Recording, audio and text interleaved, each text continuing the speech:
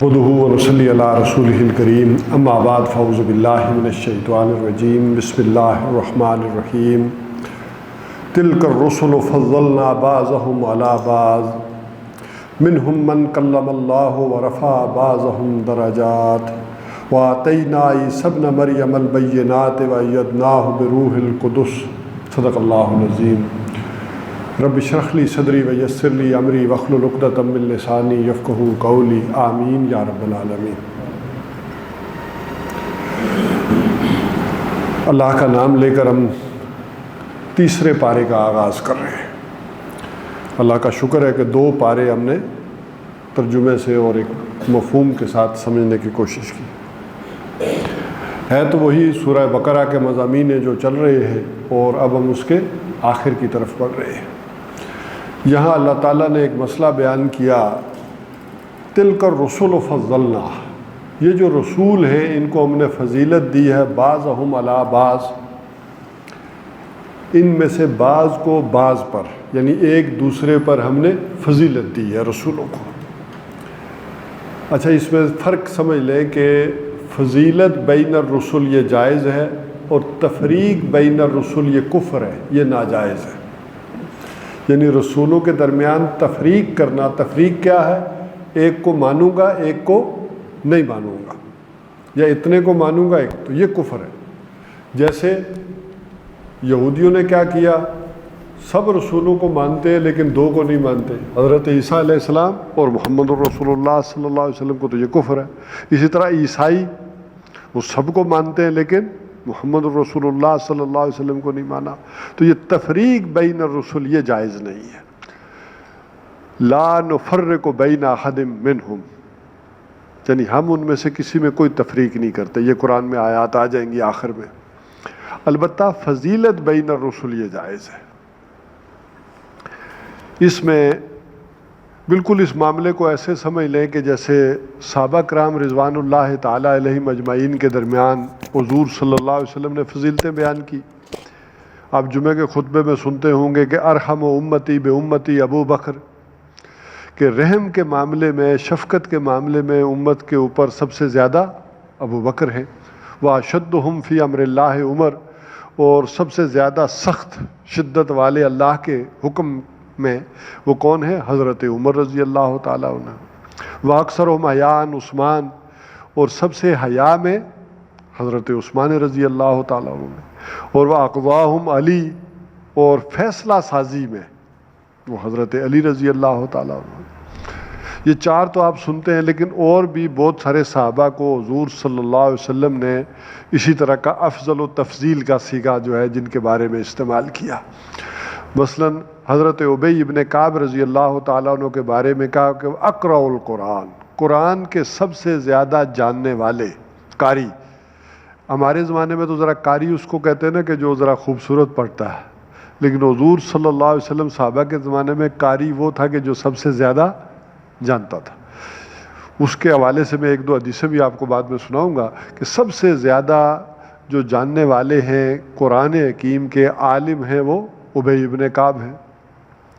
اسی طرح کہا کہ سب سے زیادہ حلال اور حرام کے جاننے والے معاذ ابن جبل ہیں۔ اور اسی طرح کہا کہ سب سے کلیئر آدمی، یعنی جن کا ظاہر اور باطن ایک ہے، وہ فرمایا ابو ذر غفاری ہے۔ یعنی یہ بڑے کلیئر ہے اپنے ظاہر اور باطن کے حوالے سے، اپنے زہد اور تقویٰ کے۔ تو یہ حضور صلی اللہ علیہ وسلم نے مختلف صحابہ کے درمیان فضیلتیں قائم کی۔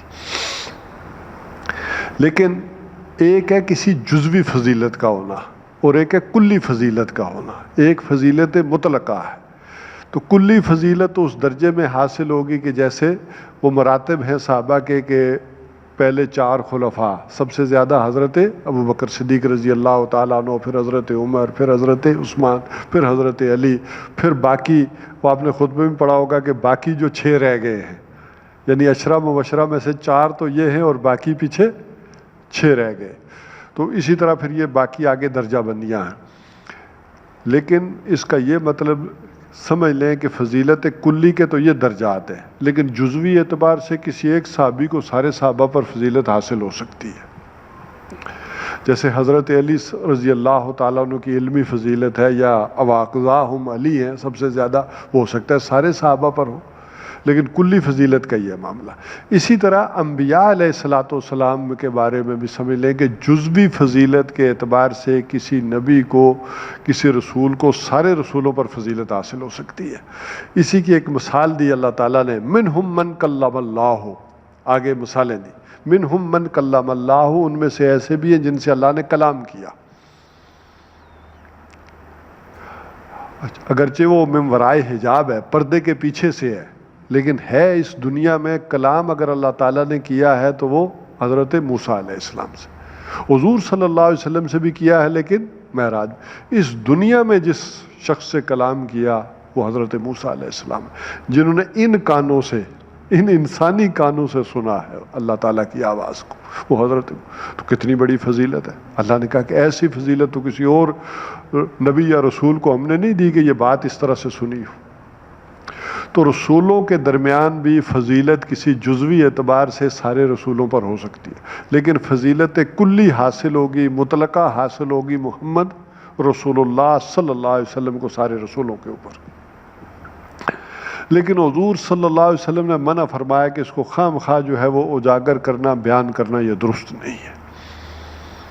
اس سے آپ دیکھیں کہ جس مقصد کے لیے حضور صلی اللہ علیہ وسلم آئے نا، اس مقصد میں رکاوٹ بھی نہ آئے، تاکہ لوگ ایک انا کا مسئلہ بنا لیتے ہیں، ضد کا مسئلہ بنا لیتے ہیں کہ یہ اپنے رسول کو بڑا کوئی جو ہے وہ سمجھتے ہیں، بڑی اہمیت ہے، وہ ہیں، لیکن اس کو بیان کرنا حضور صلی اللہ علیہ وسلم نے کہا کہ یہ ضروری نہیں، بلکہ آپ صلی اللہ علیہ وسلم کی حدیث ہے کہ تم مجھے یونس ابن متہ پر بھی ترجیح نہ دینا، کیونکہ رسولوں میں یونس ابن متہ وہ رسول گزرے ہیں کہ جو دنیا میں مچھلی کے پیٹ میں گئے، انہیں کچھ نہ کچھ اللہ تعالیٰ کی ناراضگی کا سامنا بھی کرنا پڑا، اور وہ دعا مانگی انہوں نے پھر کہ لا الہ الا انت سبحانک انی کنت من الظالمین، اور یہ دعا پھر سبب بنی پھر ان کے مچھلی کے پیٹ سے باہر نکلنے کا۔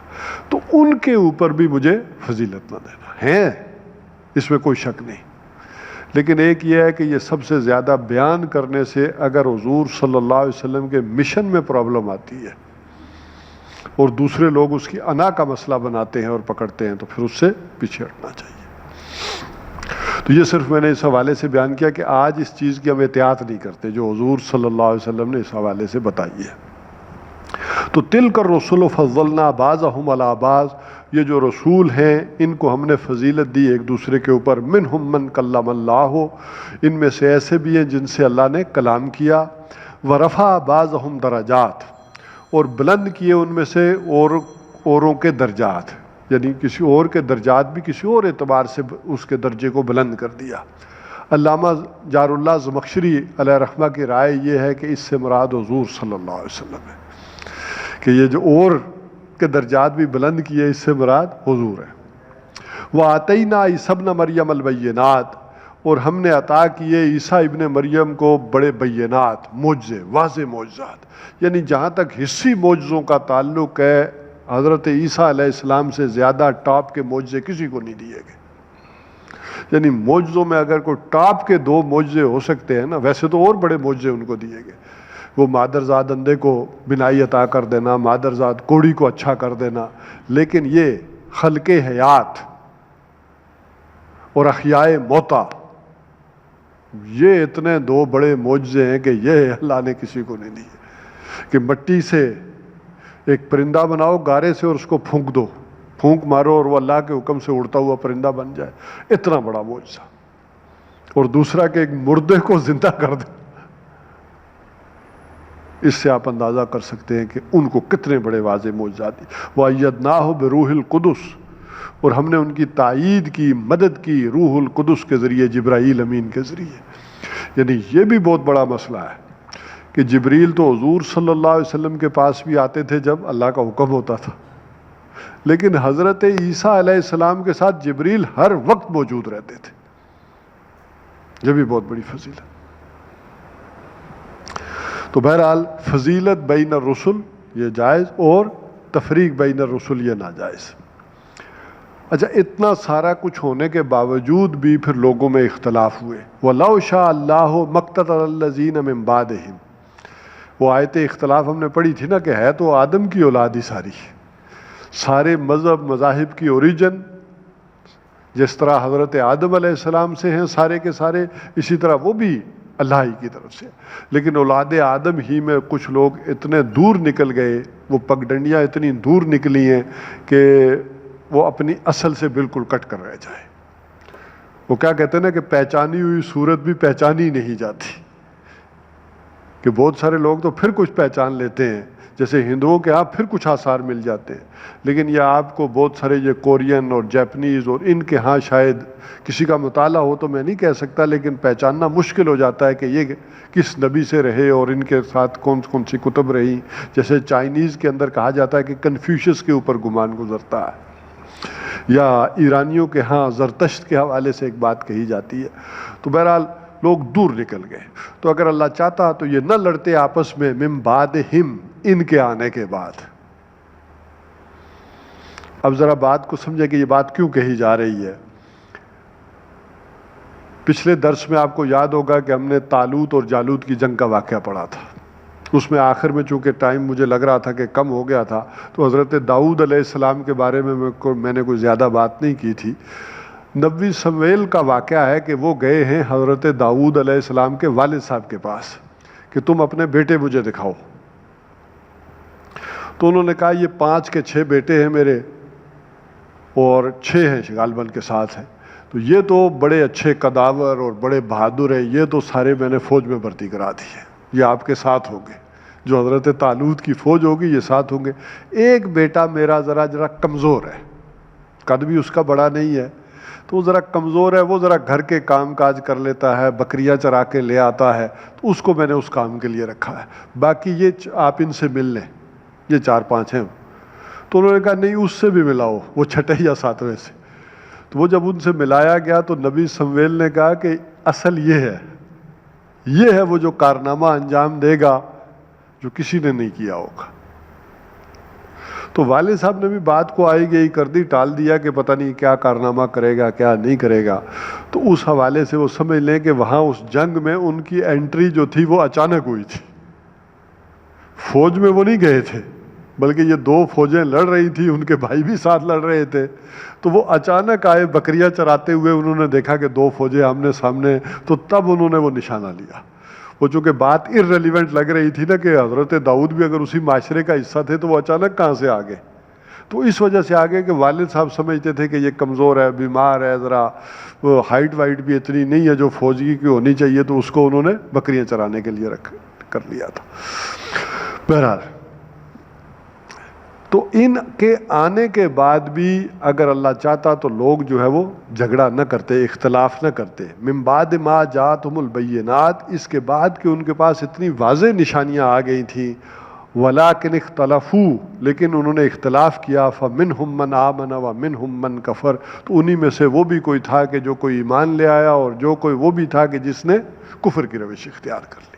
تو لوگوں کے درمیان یہ جھگڑا ہوتا رہا ہے، رسولوں کے آنے کے بعد بھی، معجزے دیکھنے کے بعد بھی. اور اے نبی اور صحابہ آپ بھی تیاری کر لیجئے کہ یہ آپ کے ساتھ بھی ہونے والا ہے. یہ نہیں ہے کہ آپ آخری نبی ہیں اور آپ کا دین سچا ہے تو لوگ جوک در جوک اس میں آ جائیں گے اور کوئی لڑائی نہیں ہوگی. پہلے وہ طالوت اور جالوت کے واقعے سے بیان کر دیا کہ یہ واقعہ ہونے والا ہے. یہاں بھی اصلاً اشارہ دیا جا رہا ہے کہ یہ والا معاملہ آپ کے ساتھ بھی ہونے والا ہے، کہ رسولوں کے آنے کے بعد جو اختلاف ہوتا ہے تو ان گروہوں کے درمیان جو جنگ ہوتی ہے اور جو لڑائی ہوتی ہے، یہ غزوہ بدر، چونکہ اب اس کے بعد غزوہ بدر ہونا ہے تو اس کے اشارے دیے جا رہے ہیں. وَلَوْ شَاءَ اللَّهُ مَا اقْتَتَلُوا، اور اگر اللہ چاہتا تو وہ جنگ نہ کرتے، نہ لڑتے. اچھا، اس سے پچھلی دفعہ جب آخری آیات ہم نے پڑھی تھی تو اس میں یہ بات آئی تھی وَلَوْلَا دَفْعُ اللَّهِ النَّاسَ بَعْضَهُم بِبَعْضٍ، اور اگر اللہ تعالیٰ اسی طرح ایک کو دوسرے سے دفع نہ کرتا رہے، دور نہ کرتا رہے، لَفَسَدَتِ الْأَرْض، تو زمین کیا ہو جاتی؟ فساد سے بھر جاتی. تو یہ اللہ تعالیٰ کی سنت رہی ہے کہ یہ ٹکراتا رہا ہے، یہ جنگ کرواتا رہا ہے، اس سے اوائڈ نہیں کر سکتے ہو اب آپ. وَلَٰكِنَّ اللَّهَ يَفْعَلُ مَا يُرِيدُ، اور اللہ تعالیٰ کرتا ہے جو چاہتا ہے. یہ اس کی مرضی ہے کہ کون ذرا آزمائے دیکھے کہ کون ہیں سچے اس کے چاہنے والے اور کون ہیں ویسے ہی دودھ پیتے مجنوں اور کون ہے اس کے مخالف. تو اللہ یہ چاہتا ہے کہ یہ معرکہ برپا ہو. یا ایھا الذین آمنوا انفقوا مما رزقناکم من قبل ان یاتی یوم لا بیع فیہ ولا خلۃ ولا شفاعہ. اب ظاہر ہے یہ جب جنگ ہوگی تو اس میں خرچ تو کرنا پڑے گا, پیسہ بھی لگے گا, جان بھی لگے گی, مال لگے گا. تو یا ایھا الذین آمنوا انفقوا, تو اے وہ لوگوں جو ایمان لائے وہ خرچ کرو. اور یہاں انفقوا سے مراد اللہ کی راہ میں اللہ کے دین کے لیے خرچ کرنا. کوئی صدقات اور خیرات کی بات یہاں نہیں ہو رہی, یہ اللہ کے دین کے لیے خرچ کرنا. یہ جو جنگ آنے والی ہے اس میں خرچ کرو. مما رزقناکم, جو کچھ بھی ہم نے تمہیں رزق میں سے دیا ہے. اب اللہ تعالیٰ کی رزق میں سے دی ہوئی چیزوں میں سے یہ جان بھی, یہ مال بھی, یہ آنکھیں بھی, اور جو چیزیں, یہ ذہنی صلاحیتیں بھی. اب ظاہر ہے جنگ کرتے ہیں تو آپ کی ذہنی صلاحیت بھی تو لگتی ہے نا. آپ پلاننگ کرتے ہیں, ساری وہ چیزیں سمجھتے ہیں کہ کیسے حملہ کریں, کہاں سے جائیں. تو یہ سارا جو بھی اللہ تعالیٰ نے دیا یہ اس کا رزق ہے, یہ اس میں لگاؤ. من قبل ان یاتی یوم لا بیع, اس دن کے آنے سے پہلے لا بیع فیہ, جس میں کوئی بیع و شرع نہیں ہوگی, کوئی خرید و فروخت نہیں ہوگی. اس دن کے آنے سے پہلے کر لو. ولا خلۃ, اور جس میں کوئی آشنائی کام نہیں آئے گی, کوئی دوستی کام نہیں آئے گی. یہ عربی میں دوستی کے بھی بڑے درجے ہیں. صدیق بھی دوست ہے, رفیق بھی دوست ہے, حمیم بھی دوست ہے, گرمجوش دوست. تو اسی طرح ایک خلیل بھی دوست ہے. یہ دوستی کی کوئی نہایت ہی اعلیٰ قسم ہے, بہت ٹاپ کی قسم ہے خلیل. واتخذ ابراہیم خلیلا, اور اللہ تعالیٰ نے کیا کیا, ابراہیم علیہ السلام کو خلیل اللہ, اللہ کا خلیل. دوستی کی وہ ٹاپ والی بات لائی, جس کو حضور صلی اللہ علیہ وسلم نے فرمایا کہ میں نے دنیا میں کسی کو خلیل نہیں بنایا, اور اگر میں دنیا میں کسی کو خلیل بناتا تو ابو بکر کو بناتا. یہاں بات کرنے کا مقصد کیا کہ وہ کسی کے ساتھ ٹاپ کی بھی آپ کی دوستی ہو, خلت یعنی وہ ٹاپ کی دوستی ہو, وہ دوست جو ہر شے آپ کے لیے قربان کرنے کے لیے تیار ہو جائے. ذرا ابراہیم علیہ السلام کی خلیل ہونے کا دیکھ لینا, ایسے ہی تو خلیل نہیں ہو گئے, انہوں نے بیٹے پر بھی چھری پھیرنے کو دریغ نہیں کیا. گھر چھوڑا, بار چھوڑا, بیوی بچے, کیا نہیں کیا. تو ایسا دوست بھی اگر کوئی آپ کا ہے تو کام نہیں آئے گا. ولا شفا, اور نہ کوئی سفارش کام آئے گی. اب یہ دیکھ لیں کہ تیسری مرتبہ یہ قرآن حکیم میں سورہ بقرہ میں ہم پڑھ رہے ہیں کہ جس میں کیٹاگوریکل ڈینائی آ گیا کہ کوئی سفارش, کوئی دوستی, کوئی خرید و فروخت کام نہیں آئے گی. والکافرون هم الظالمون, اور یہ جو کافر لوگ ہیں یہی ظالم ہیں. اب یہاں کفر سے کیا مراد ہے, یہاں دیکھ لیں کفر سے مراد کیا ہے. یہاں کفر سے وہ مراد نہیں ہے کہ تم نے اللہ کو نہیں مانا, اللہ کے رسول کو نہیں مانا. یہاں کہ یہ اس جنگ سے اگر تم انکاری کرتے ہو تو یہ کفر ہے, اس کے لیے اگر اپنا مال نہیں خرچ کرتے تو یہ کفر ہے. یہ وہ والی کفر, یہ قانونی کفر کی بات نہیں ہو رہی. مثال کے طور پر اس کو سمجھ لیں, قرآن حکیم میں یہ چیزیں آتی ہیں جیسے اللہ تعالیٰ نے کہا, بلکہ وہ پڑھ ہی لیں گے ہم سورہ آل عمران میں جا کر, کہ وہ آدمی جس کو استطاعت ہو, اللہ تعالیٰ نے کہا کہ لوگوں پر اللہ کا حق ہے کہ اس کے گھر کا حج کریں کہ اگر اس کی راستے کی استطاعت رکھتے ہیں. استطاعت میں یہ ہے کہ خرچہ بھی رکھتے ہیں, صحت بھی ہو اور مال بھی ہو, تو اللہ کا حق ہے کہ اس کے گھر کا حج کریں. اور اگر جو نہیں کرتا تو وہ کفر کرتا ہے.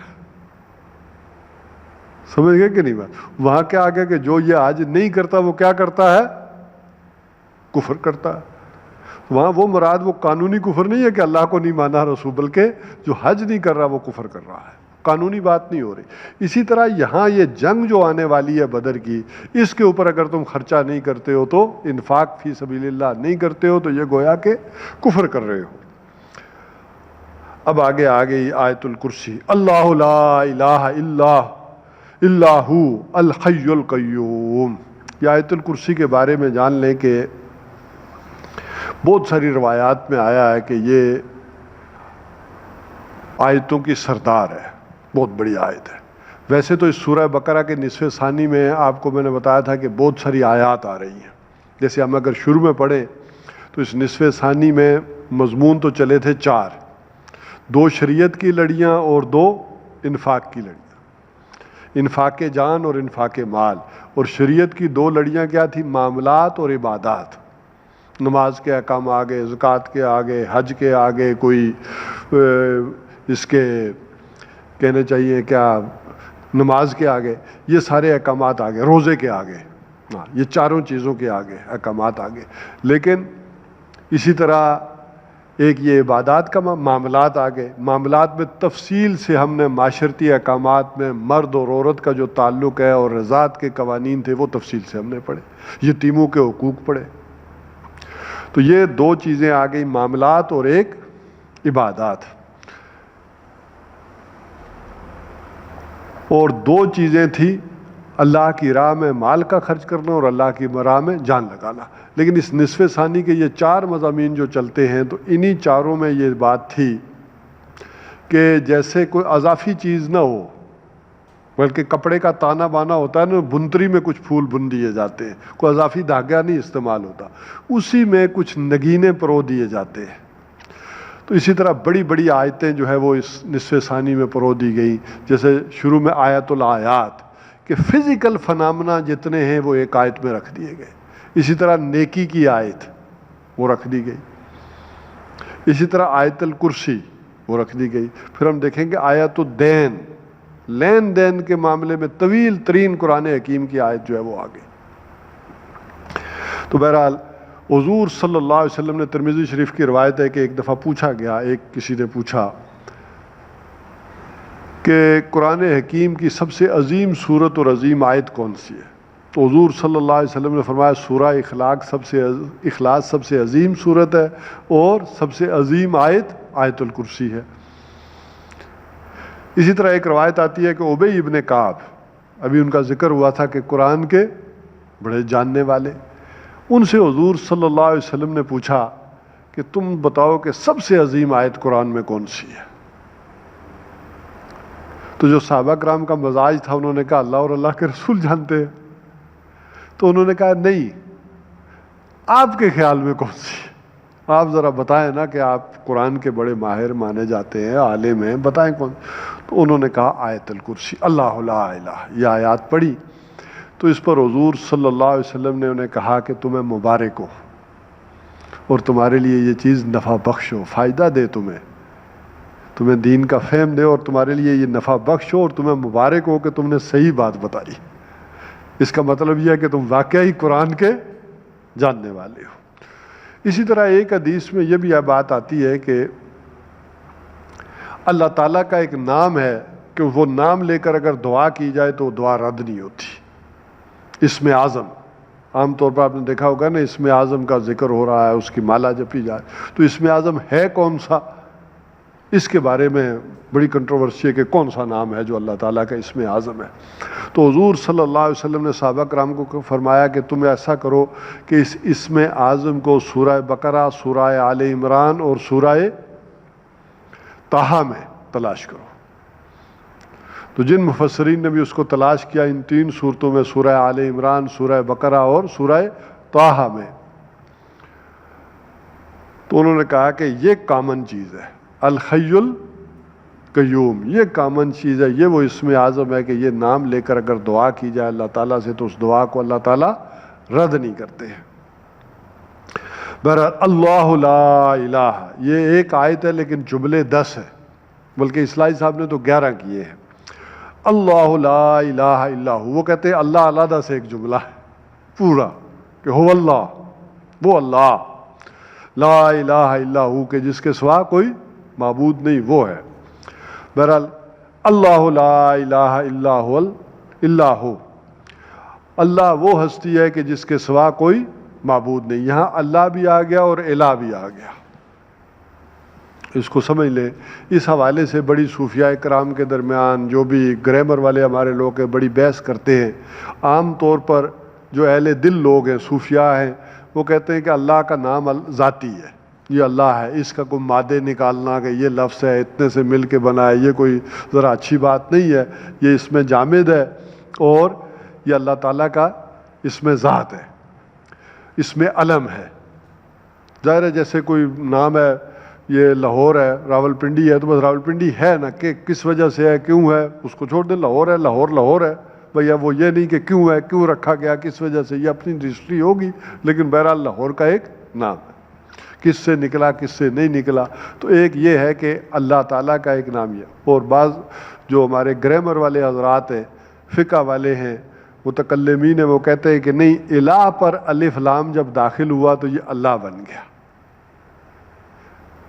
جیسے سمیع کو ہے نا نام ہے، تو السمیع یہ اللہ کی صفت بن جاتی ہے، البصیر، العلیم، الحکیم، الف لام کسی نام پر لگ جائے تو وہ پھر اس کا نام بن جاتا ہے۔ تو اسی طرح الہ پر جب الف لام داخل ہوا تو اللہ بن گیا۔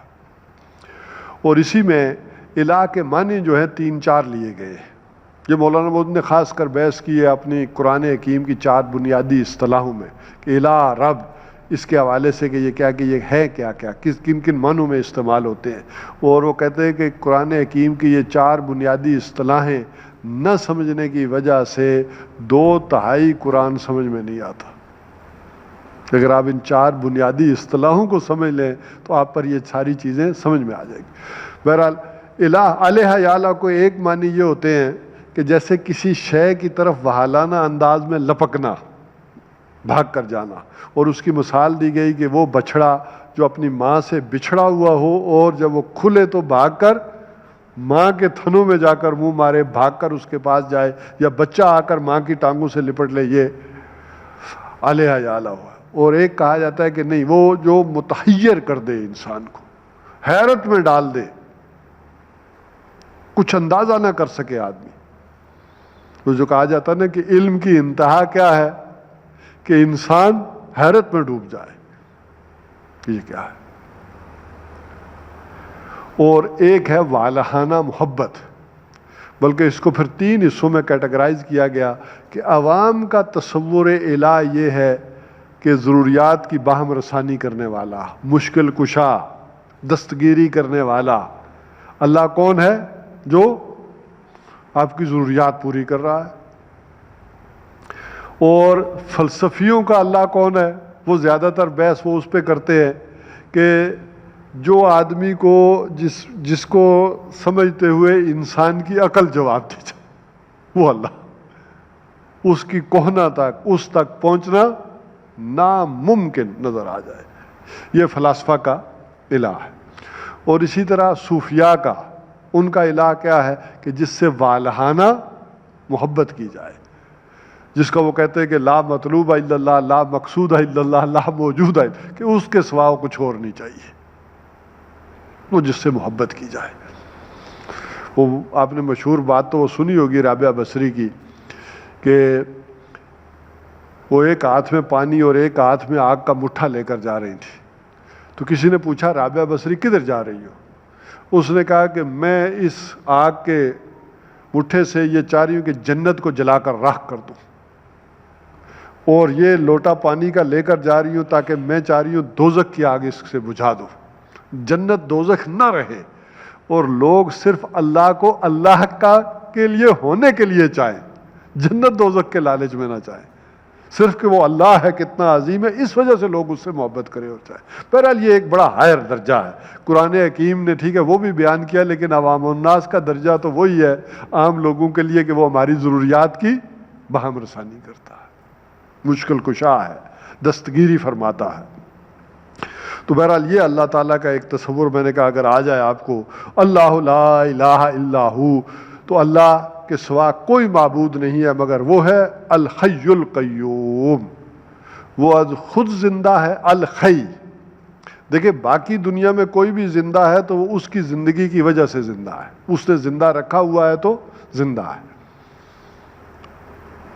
لیکن وہ خود زندہ ہے، اسے کسی نے زندہ نہیں رکھا ہوا۔ اور القیوم، قیوم تھاما ہوا ہے، اسی نے ساری کائنات کو، سارے انسانوں کو اس نے تھاما ہوا ہے، وہ چھوڑ دے تو کوئی نہ بچے، کہ سارا نظام قدرت وہ چلا رہا ہے۔ اور اس کا اندازہ آپ کو ہو سکتا ہے کہ ذرا اگر آپ تصور کریں تو پوری کائنات جس کا کوئی تصور آپ نہیں کر سکتے، اس پوری کائنات میں آپ کی سورج کی گلیکسی کی کیا حیثیت ہے؟ نہ ہونے کے برابر۔ پھر اس میں زمین شاید ایک باریک سا نقطہ ہے، تو اس نقطے کو سمجھے وہ انکوبیٹر ہے جس میں آپ اور ہم پل رہے ہیں۔ ابھی تک دنیا میں کہیں آکسیجن دریافت نہیں ہوئی اس کائنات وسیع اور اس کائنات میں کہ پتہ چلے کہ وہاں بھی آکسیجن ہے، کوئی پانی ہے، انسان زندہ بھی رہ سکتا ہے۔ اس انکوبیٹر کے اندر ہے، اس نے بندوبست کیا ہوا ہے کہ آپ رہ رہے ہیں۔ تو اپنی وسعت کے اعتبار سے کوئی حیثیت نہیں اس کی، لیکن اپنی معنوی حیثیت سے دیکھیں کہ یہ نقطہ کتنا اہم ہے، کہ اللہ تعالیٰ نے کتنا اس کے اندر یہ سلسلہ چلایا اور کیا۔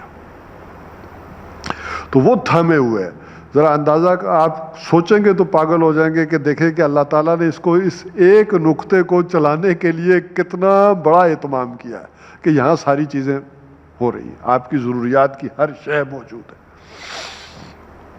لا تاخذہ سنۃ ولا نوم، اسے نہ نیند آتی ہے نہ اونگ۔ اب انسان کی زندگی کمزوری والی ہے، اسے نیند بھی آ جاتی ہے، اور اللہ تعالیٰ کو تو کوئی نیند اور اونگ نہیں آتی۔ اور اس میں گہرائی میں صوفیاء اترتے ہیں تو بات کرتے ہیں اگر اسے نیند آ جائے یا اونگ آ جائے تو سب کچھ ڈسٹرب ہو جائے، ایسا معاملہ کہ اگر ایک ہے نا ہمارا خیال ہے، ایک ہے اللہ کا خیال ہے، اس نے جس انداز میں شکل اختیار کی ہے۔ لہو ما فی السماوات و ما فی الارض، اسی کا ہے جو کچھ کے آسمانوں میں اور زمین میں ہے۔ لہو یہاں سے مراد اسی کی ملکیت ہے، اسی کے دائرہ اختیار میں ہے۔ اس جتنی بھی وسیع و عریض کائنات ہے یہ ساری اسی کی ہے۔ ظاہر ہے اس ساری کائنات کو قرآن حکیم سماوات اور ارض سے تعبیر کرتا ہے۔ من ذا الذی یشفع عندہ الا باذنہ، ابھی جیسے میں نے کہا تھا کہ شفاعت کی بالکل ڈینائی جو کیا گیا تھا، پہلی مرتبہ اجازت دی جا رہی ہے کہ کیسے سفارش ہو سکتی ہے۔ من ذا الذی یشفع عندہ، کون ہے؟ اب یہ پرجلال انداز ہے، کون ہے، کس کی جرت ہے کہ اس کے سامنے سفارش کرے، الا باذنہ، مگر اس کی اجازت سے۔ جس کو وہ اجازت دے دے وہ سفارش کر سکتا ہے۔ اور قرآن حکیم میں دوسری جگہ آیا ہے کہ جس کے لیے اجازت دیتے، تو دو شرطوں کے ساتھ سفارش کی اجازت ہے کہ جس کو اجازت دے اور جس کے لیے دے، ان دو شرطوں کے ساتھ ہو سکتی ہے۔ اور باقی کن کن بنیادوں پر دنیا میں ہوتی ہے اس کا ذرا آگے ذکر آ رہا ہے کہ وہ نفی کیسے کر دی گئی۔ اور عام طور پر یہ خیال یہی کیا جاتا ہے کہ یہ اصل میں اللہ تعالیٰ اپنے عظیم ترین بندوں کو ان کی عزت افزائی کے لیے، انہیں نوازنے کے لیے جو ہے وہ یہ والا معاملہ کرے گا۔ جیسے بچے نے خود محنت کی، فرسٹ آیا، لیکن انعام کسی آپ بڑے چیئرمین سے، کسی بڑے آفیسر سے بلا کر دلواتے ہیں۔ آپ کے آرمی پبلک اسکول میں بھی کوئی ہوتا ہوگا تو آپ کسی بڑے جنرل کو بلا کر اسے انعام دلواتے ہوں گے، عزت افزائی کرواتے ہوں گے اس کی۔ تو دونوں کی ہوئی، وہ جنرل صاحب آئے ان کی بھی ہوئی کہ یہ ہمارا اسکول ہے، اور اس بچے کی بھی ہوئی کہ اس نے محنت کی ہے۔ لیکن اگر یہ سارا سامنے ہو تو پھر یہ بات بنتی نہیں ہے۔ لگتا ایسے ہے کہ اللہ تعالیٰ دل میں ڈال دیں گے بات، اس وقت دنیا میں جو سامنے ہوگا دل میں ڈال دیں گے کہ آپ سفارش کرو کس کی؟ فلاں آدمی کی، فلاں آدمی کی۔ تو اس سے ایک قدر افزائی ہوگی۔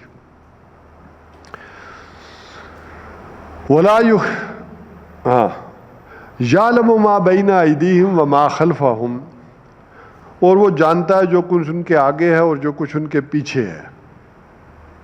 ولا یحیطون بشیء من علمہ، اور وہ احاطہ نہیں کر سکتے اس کے علم میں سے کچھ بھی، الا بما شاء، سوائے اس کے جو وہ چاہے۔ اب یہاں پہلی سفارش والی بات پہ کر لیں۔ کہ عام طور پر دنیا میں سفارش کی جاتی ہے، اچھی ہو بری ہو کسی طرح کی بھی ہو، آپ جا کر کسی سے کہتے ہیں کہ آپ صاحب نہیں جانتے یہ بڑا اچھا آدمی ہے، بڑا نیک آدمی ہے، بڑا ٹیلنٹڈ آدمی ہے، اسے جاب کے لیے رکھ لیں۔ یا آپ جج کے سامنے کہتے ہیں کہ جج صاحب میں وہاں موجود تھا، یہ آدمی وہاں موجود نہیں تھا، یا یہ آدمی جو ہے اس نے یہ چوری نہیں کی، یہ اس وقت میرے ساتھ تھا۔ تو کیا کوئی اللہ تعالیٰ کے سامنے ایسی سفارش کر سکتا ہے کہ اللہ آپ کو نہیں پتا، میں جانتا ہوں یہ آدمی بے گناہ ہے، یا اللہ آپ کو نہیں پتا یہ آدمی بڑا ٹیلنٹ؟ یعنی جس بنیاد پر دنیا میں سفارش ہوتی ہے وہ سفارش وہاں نہیں کی جا سکتی، ان بنیادوں پر۔ البتہ یہ جو دنیا میں کہا جاتا ہے کہ یہ شفاعت باطلہ کا تصور، اگر کوئی یہ سمجھے کہ آخرت میں کوئی سفارش کر سکتا ہے اور اللہ تعالیٰ اس کی سفارش کرنے پر مجبور ہے، یہ شرک اور کفر ہے۔ کہ فلاں آدمی، ہمارے بزرگ، ہمارے پیر، ہمارا کوئی بڑا کچھ سفارش کر سکتا ہے اور اللہ اس کی سفارش منظور کرنے پر مجبور ہے، تو یہ شرک ہے۔ باقی یہ والی سفارش ہوگی جو یہاں بیان ہے نا اس کا، کہ اللہ تعالیٰ جس کو اجازت دے اور جس کے لیے دے، لیکن اس کے ساتھ یہ تصور نہ رکھے کہ فلاں سفارش کر سکتا ہے اور اللہ لازمی اس کی منظور کرنے پر مجبور ہے، نہیں۔ وسع کرسی السماوات والارض، اس کی جو کرسی ہے وہ چھائی ہوئی ہے آسمانوں اور زمین کے اوپر۔ ایک ہے کہ کرسی کو کرسی سمجھیں، اور ایک ہے یہ کہ اس کو استعارہ سمجھیں کہ کرسی سے مراد حکومت، اختیار۔ جیسے آپ کہتے ہیں نا الیکشن لڑتا ہے کوئی تو کس لیے لڑتا ہے؟ کرسی کے لیے۔ کوئی وزیر اعظم کی کرسی کے لیے جدوجہد کر رہا ہے، کوئی کرسی کی ایکسٹینشن کے لیے کوئی کر رہا ہے، تو یہ کیا ہے؟ کرسی اقتدار کے لیے۔ محض کرسی تو کوئی شے نہیں نا۔ تو اس کا جو اقتدار ہے، اس کی جو طاقت ہے، وہ چھائی ہوئی ہے آسمانوں اور زمین کے اوپر۔ وَلَا يَؤُودُهُ حِفْظُهُمَا، اور نہیں تھکاتی۔ تھکانا کا مطلب تو بلکہ نہیں کہنا چاہیے، یہ تو ثلاثی مجرد سے آئے تو یعودو تھکانا ہوتا ہے، نہیں گراں گزرتی۔ وَلَا يَؤُودُهُ حِفْظُهُمَا، ان کی حفاظت، ان کی نگرانی اس پر کوئی بھاری نہیں پڑتی، کوئی گراں نہیں گزرتی کہ اسے بڑی کو تک و دو کرنی پڑتی ہو کہ یہ کیسے اس ساری کا نظام چلائے گا، کیسے یہ سارا معاملہ کرے گا۔ وَهُوَ الْعَلِيُّ الْعَظِيمُ، اب یہاں دو اللہ تعالیٰ کی صفات کا ذکر آ گیا۔ وَهُوَ الْعَلِيُّ الْعَظِيمُ، وہ بہت بلند مرتبہ اور عظمت والا ہے، دونوں چیزیں۔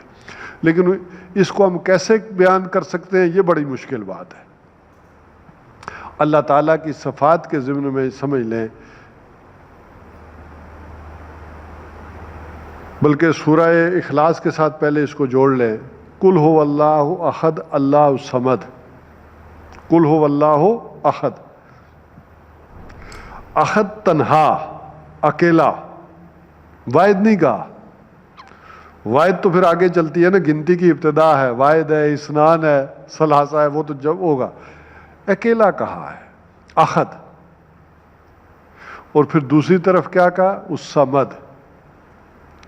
سمد کہتے ہیں وہ چٹان جو آپ کی حفاظت کرتی ہے، خاص کر جنگ میں جب آپ لڑتے ہیں تو سمد وہ بڑی چٹان کے عام طور پر فوجیں کیا کرتی ہیں کہ کوئی پیچھے پہاڑ ہو، چٹان ہو، اور وہ تو انہیں ہوتا ہے کہ پیچھے سے کوئی حملہ نہیں کرے گا، کوئی دشمن آ کر پیچھے سے اچانک حملہ آور نہیں ہوگا، تو وہ نگرانی اور حفاظت والی بات۔ تو اب ان دونوں چیزوں کو جوڑ لیں تو یہاں بھی کیا آ گیا؟ الحی القیوم، وہ زندہ بھی ہے اور سب کو تھمے، وہ سمد اور یہاں قیوم، جس باتیں جڑ جائیں گی۔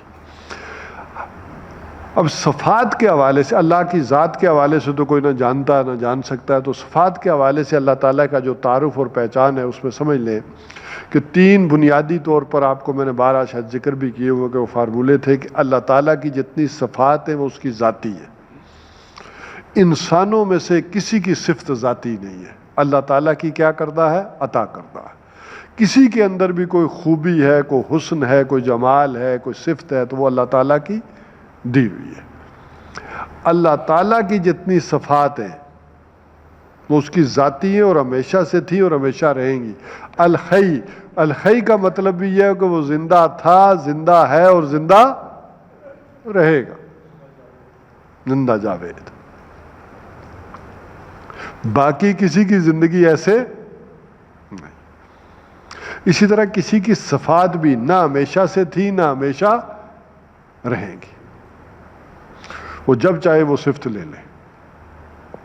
اسی طرح اس کی صفات انفائنائٹ ہے، ان لمیٹڈ ہے، جبکہ مخلوقات میں سے کسی کی بھی صفات ہو وہ فائنائٹ ہوگی، لمیٹڈ ہوگی.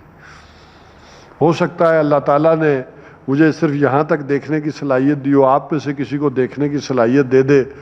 امریکہ میں بھی آپ دیکھ لیں بیٹھے ہوئے، کوئی حرج نہیں ہے، کوئی دیکھ سکتا ہے. محمد الرسول اللہ صلی اللہ علیہ وسلم فرماتے ہیں کہ ان اللہ زوالی الارض فرائیت مشارقہ و مغاربہ، اللہ تعالیٰ نے ساری زمین میرے سامنے رکھ دی، میں نے ساری زمین کے مشرق اور مغرب دیکھ لی.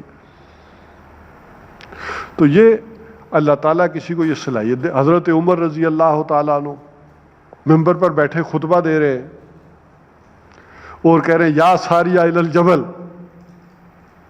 اے ساریہ پہاڑ کی طرف ہو، مارے جاؤ گے. اب لوگ بھی حیران ہیں، جمعہ پڑھتے ہوئے کوئی ایک آدمی تو نہیں نہ سن رہا، حیران ہو رہے ہیں لوگ جمعہ پڑھتے ہوئے کہ یہ کیا بات کہہ دی انہوں نے.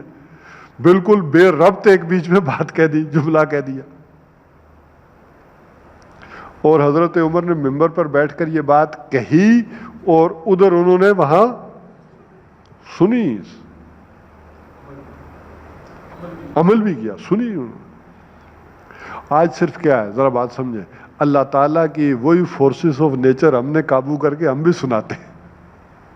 آج وہ ٹیکنالوجیز اور چیزیں فورسز ہم نے دریافت کی، قابو کی اور کر لیتے.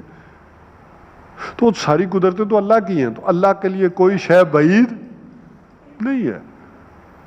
اس وقت بغیر یہ ساری چیزیں دریافت کی اللہ تعالیٰ نے سنا دی. تو بہرحال اللہ تعالیٰ کی جتنی بھی صفات ہیں، پہلی بات اس کی ذاتی ہیں، پھر دوسری بات وہ ہمیشہ سے تھی، ہمیشہ رہیں گی، اور تیسری بات ان لمیٹڈ ہے، انفائنائٹ ہے. اب یہ ساری آیت الکرسی، یہ جو ایک آیت ہے، یہ پڑھنے کے بعد کہا لا اکراہ فی الدین، تو دین میں کوئی زبردستی نہیں ہے. اب یہ بات اب سمجھنی پڑے گی کہ کیسے کوئی زبردستی نہیں. عام طور پر اس آیت کا حوالہ بھی دیا جاتا ہے لا اکراہ فی الدین، دین میں کوئی زبردستی نہیں. دین کے قبول کرنے میں کوئی زبردستی نہیں ہے. اما شاکرا و اما کفورا، آپ چاہے شکر گزار ہوں چاہے کفر کریں. کوئی ایمان لانا چاہتا ہے لائے، کوئی کفر کرنا چاہتا ہے کفر کرے، اس میں کوئی زبردستی نہیں. لیکن جو آدمی دین میں آ جائے، ایمان لے آئے، اب اس پر زبردستی ہے کہ وہ کہے کہ میں ایمان بھی لے آؤں اور باتیں بھی نہیں مانوں گا، میں نماز نہیں پڑھوں گا، میں زکوٰۃ نہیں دوں گا، پھر زبردستی ہے. پھر جب آپ لے آئے ہیں ایمان کے دائرے میں، تو جو اللہ تعالیٰ کا پورا پیکج ہے وہ ماننا پڑے گا. ہاں، اس کو ایکسپٹ کرنے میں کوئی زبردستی نہیں ہے. لا اکراہ فی الدین قد تبین الرشد من الغی. اور ایک بات ٹھیک ہے، فروعات ہوں گی، ایک بات طے ہے کہ بھلائی اور برائی جو ہے، غی جو ہے، اندھیرا ہے، اس میں بالکل واضح تفریق ہو گئی ہے. قرآن کے بعد، حضور صلی اللہ علیہ وسلم کے بعد، اب گمراہی میں اور ہدایت میں کوئی معاملہ رہ نہیں گیا. یہ بالکل واضح ہو گئی ہے، جدا ہو گئی ہے. قد تبین الرشد من الغی، یعنی واضح ہو گئی ہے بھلائی جو ہے گمراہی سے، اندھیرے سے. فمن یکفر بالطاغوت، اب پہلی بات، جس کسی نے پھر انکار کیا طاغوت کا، وَيُؤْمِن بِاللَّهِ، اور ایمان لایا اللہ پر، تو پہلا کام ہے کہ طاغوت کا انکار. ایمان وہی معتبر ہے کہ طاغوت کا انکار کر کے آپ اس کو ایسے سمجھ لیں جیسے ان 360 بت یہ بھی ٹھیک ہے، میں ان کو بھی مانتا ہوں اور اللہ کو بھی مانتا ہوں، اسے بھی مانتا ہوں، اسے بڑا خدا مانتا ہوں، انہیں چھوٹا مانتا ہوں. یہ قابل قبول نہیں. لا الہ الا اللہ، نہیں ہے کوئی معبود مگر سوائے اس کے. تو پہلے ان سارے 360 کا انکار اور پھر اس کو مان. اسی طرح طاغوت ایک فرد بھی ہو سکتا ہے، ایک فرد سرکشی کر رہا ہے.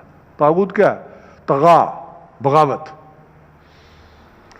ایک فرد کے اندر بھی باغیانہ روش ہو سکتی ہے، اور وہ کیا ہے کہ یہ جو پیکج اللہ تعالیٰ نے دیا ہے اس سے وہ بغاوت کرے، اس کے احکامات کے جو ہے وہ نہ بجا لائے.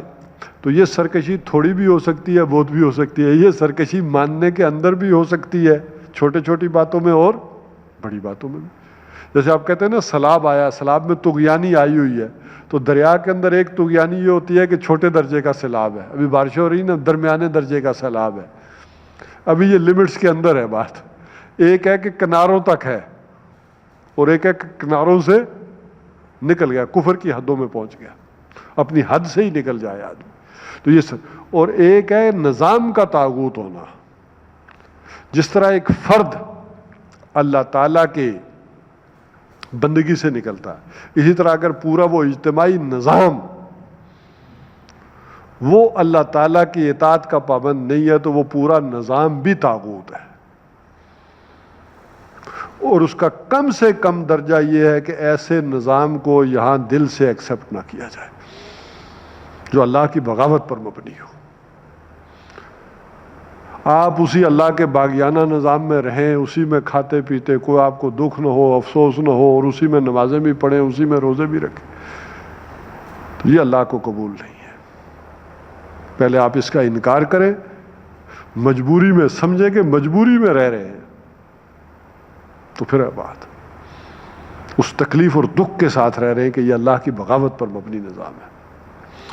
تو وَمَن يَكْفُرْ بِالطَّاغُوتِ وَيُؤْمِن بِاللَّهِ، پھر جو کوئی سارے نظام کا انکار کر کے اللہ پر ایمان لاتا ہے، فَقَدِ اسْتَمْسَكَ بِالْعُرْوَةِ الْوُثْقَىٰ، تو اس نے تو گویا مضبوط کنڈے پر ہاتھ ڈال لیا. جیسے بحری جہاز ہو نا، تو آدمی پانی میں گر جائے تو اس کا کنڈا ہاتھ آ جائے تو کنڈا نہیں چھوڑتا، چاہے شارک آ کر اس کی ٹانگ ہی کیوں نہ کاٹ لے، وہ کنڈا نہیں، اسے پتا ہے کہ کنڈا چھوڑ دیا تو گیا. تو جس نے اللہ سے یہ تعلق قائم کر لیا، اب جو ہوتا ہے سو ہو، میں نے اس کنڈے پر ہاتھ ڈال لیا، یہ نہیں چھوڑوں گا. تو یہ ہے ایمان. لَانْفِصَامَ عَلَیہَا، تو یہ وہ مضبوط کنڈا ہے جو ٹوٹنے والا نہیں ہے. باقی دنیا کے سارے تعلقات ختم ہو سکتے ہیں، اللہ سے یہ تعلق ختم نہیں ہو سکتا. واللہ سمیع علیم، اور اللہ تعالیٰ وسعت والا ہے اور جاننے والا ہے. ایک آیت اور رہ گئی ہے تاکہ یہ رکوع ختم ہو جائے، میں جلدی سے چاہ رہا ہوں یہ ہو جائے. اللہ ولی الذین آمنوا یخرجہم من الظلمات الی النور، اللہ تعالیٰ ولی ہے ان لوگوں کا کہ جو ایمان لائے، یعنی اس طرح کا ایمان جن نے طاغوت کا انکار کیا اور اللہ پر، تو اللہ دوست ہے ان کا. ایک ہے کہ لوگ بھی اس کے دوست ہیں، ان اولیاء اللہ لا خوف علیہم ولا هم یحزنون، تو اللہ بھی دوست ہے ان کا. یہ دوستی دو طرفہ ہے، یہ ولایت باہمی ہے، تم اس کے دوست ہو، وہ تمہارا دوست ہے. اور وہ اپنی دوستی نبھاتا کیسے ہے؟ یخرجہم من الظلمات الی النور، وہ تمہیں اندھیروں سے نکال کر روشنی کی طرف لاتا ہے. یہ رفتہ رفتہ دوستی چلتی ہے، ایک دم ہدایت نہیں آ جاتی، ایک دم سمجھ نہیں آ جاتی، آہستہ آہستہ اللہ تعالیٰ آپ کو روشنی کی طرف لاتا ہے. یہ ابھی بھی یہاں کون لایا آپ کو؟ ٹھیک ہے نا، کچھ نہ کچھ ایمان کا ذرہ تھا آپ کی، اللہ تعالیٰ کے ساتھ بنتی تھی، اللہ تعالیٰ نے آپ کو گھیر گار کر، ہزار وسوسے بھی آئے ہوں گے، تکلیفیں بھی آئی ہوں گی، لیکن آپ نے کیا کیا؟ ان چیزوں کو کراس کیا اور یہاں آ گئے. تو اللہ اپنی دوستی ایسے نبھاتا ہے. آپ کو نماز میں لے کر آتا ہے، آذان ہوتی ہے اور آپ کو ادھر لے کر آتا ہے، آپ کو اپنے لوگوں کے ساتھ جوڑتا ہے، اپنے کلام کے ساتھ جوڑتا ہے، اپنے ساتھ جوڑتا ہے. تو وہ اپنی دوستی کو اس طرح سے نبھاتا ہے. والذین کفروا اولیاءہم الطاغوت، اور وہ لوگ جن نے کفر کیا ہے ان کے دوست ہیں پھر طاغوت، وہ سرکش. یخرجونہم من النور الی الظلمات، وہ کیا کرتے ہیں؟ وہ انہیں نکال کر لے جاتے ہیں روشنی سے اندھیرے کی طرف. وہ رفتہ رفتہ شیطان وہ محفلیں سجاتا ہے کہ آہستہ آہستہ وہ انہیں پھر ادھر لے کر جاتا ہے، ادھر اٹریکٹ کرتا ہے، یہ میچز ہو رہے ہیں، یہ میراتھن ریسز ہو رہی ہیں، یہ کلچر شو ہو رہے ہیں، وہ جیسے یہ درس ہو رہا ہے ویسے ادھر وہ بھی تو محفل لگاتے ہیں نا، شوز کے نام پر، کلچر کے نام پر، تہذیب کے نام پر بے حیائی کو پھیلاتا. اور دو چیزیں جو ہے وہ اس نے پوری دنیا میں ایسی کی ہے نا، قابو کیا ہے، پوری دنیا کو قابو کیا ہے. یہودیوں کے ذریعے ایک تو انہوں نے کس انداز میں ذرا آپ دیکھیں نا کہ پوری کرسچن ورلڈ کو ختم کر دیا، ایک سود کے ذریعے اور دوسرے بے حیائی کے ذریعے. این بنو کی فکرے چلا کے یہود، جو علامہ اقبال نے بات کہی تھی کہ یہ سود وہ شے ہے کہ جو انسان کے دل سے نور حق کو مٹا دیتا ہے. ابھی وہ دوسری بات نہیں کر رہی، یہ روحانی بات جو کر رہا کہ سود انسان کے دل کے اندر جو اللہ تعالیٰ نے فطرت کا روغن روشن کیا ہے، جو نور روشن کیا ہے، وہ نکال دے. اور انسان رفتہ رفتہ ثم قست قلوبہم، ہم پڑھائے تھے، دل سخت ہو جاتے ہیں اور انسان حیوان بن جاتا ہے. انسان میں اور ایک حیوان میں پھر کوئی فرق نہیں رہ جاتا. یہ ہوتا ہے. اور اس نے پوری دنیا کو آپ دیکھ لیں کہ اس کے اندر جکڑ کر کیسے دور کیا. اور دوسری چیز بے حیائی، باقی کسر اس کے ذریعے نکالی ہے اس سے دنیا کے اندر. تو وہ اپنی دوستی وہ کیسے نبھا رہے ہیں، وہ آپ کو ان کے اندر پھر چیزوں کے اندر پوری دنیا کو انہوں نے پھر ملوث کیا ہے، ان دو چیزوں کے اندر خاص کر.